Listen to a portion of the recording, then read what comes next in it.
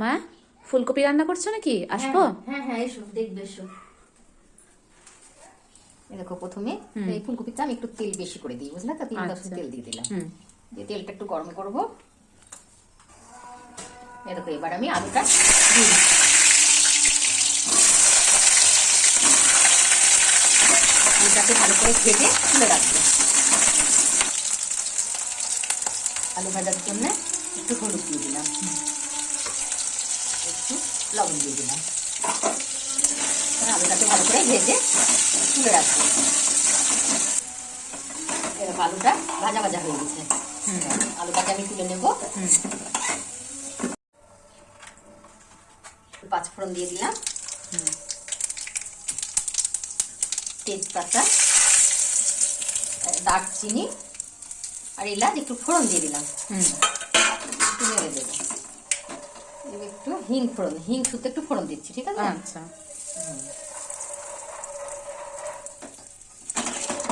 এবার আমি ফুলকপিগুলো দিয়ে দেবো এর ভেতরে। সব নেড়ে দিচ্ছি এগুলো। দারুণ কিন্তু সেন্ট আসছে না? হ্যাঁ, ওই যে হিং ফোড়ন দিয়েছি না, হিং ফোড়নের সেন্টের মধ্যে আমি একটু হলুদ দিয়ে দিলাম আর লবণ দিয়ে দিচ্ছি। আলু ভাজায় লবণ দিয়েছি, আবার ফুলকপিটা একটু লবণ দিয়ে দিচ্ছি। এখন কিছুক্ষণ এটাকে একটু ভাজা ভাজা হবে। ফুলকপিতে দেওয়ার জন্য আদা আর জিরে একটু বেটে নিচ্ছি।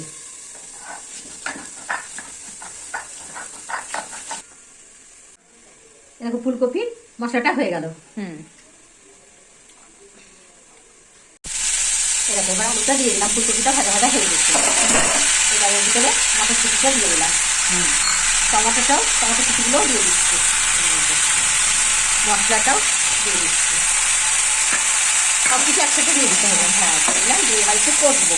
করতে করতেই মটরশুঁটিটা আরেকটা সেদ্ধ হয়ে যাবে, বুঝলে তো? হ্যাঁ, এইভাবে করবে, দেখবে ভালো লাগবে খেতে।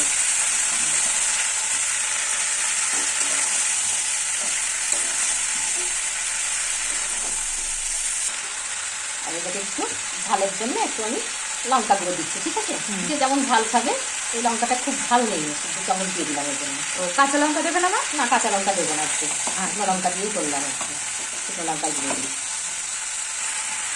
একটু চিনি দিয়ে দিচ্ছি। হ্যাঁ, ঝাল ঝাল মিষ্টি মিষ্টি ফুলকপি আলুর দমটা ভালো লাগবে খেতে রুটির সাথে। মশলাটা ভালো করে কষে নিয়ে জল দিয়ে দেবো। দেখো কি সুন্দর করে কষানো হয়ে গেল। লবণটা দিয়ে দিয়েছিলাম, তো আলু ভাজাতেও দিয়েছিলাম, ফুলকপিতেও দিয়েছিলাম, পরে দেখে দেবো যদি লাগে। এবার আমি ফুলকপি আর আলু সেদ্ধ হওয়ার জন্য জল দিয়ে দিচ্ছি। আচ্ছা।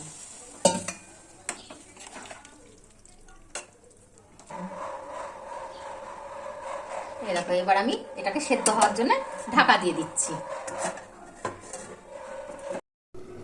এরকম মাঝে একবার আমি ঢাকা খুলেছিলাম, খুলে একটু টেস্ট করে দেখলাম লবণ টবণ হয়েছে কিনা। একটু লবণ লাগতো, তাই লবণ দিলাম। এটা খুব হয়ে গেছে আমার তরকারিটা। একটু দেখো ধনে পাতা ছিটিয়ে দিচ্ছি। আচ্ছা, এইভাবে করবে, তাহলে কোনো অসুবিধা না, খেতে ভালো লাগবে। দেখবে, শিখতে পারলে তো? হ্যাঁ, ঠিক আছে। দারুণ হয়েছে কিন্তু।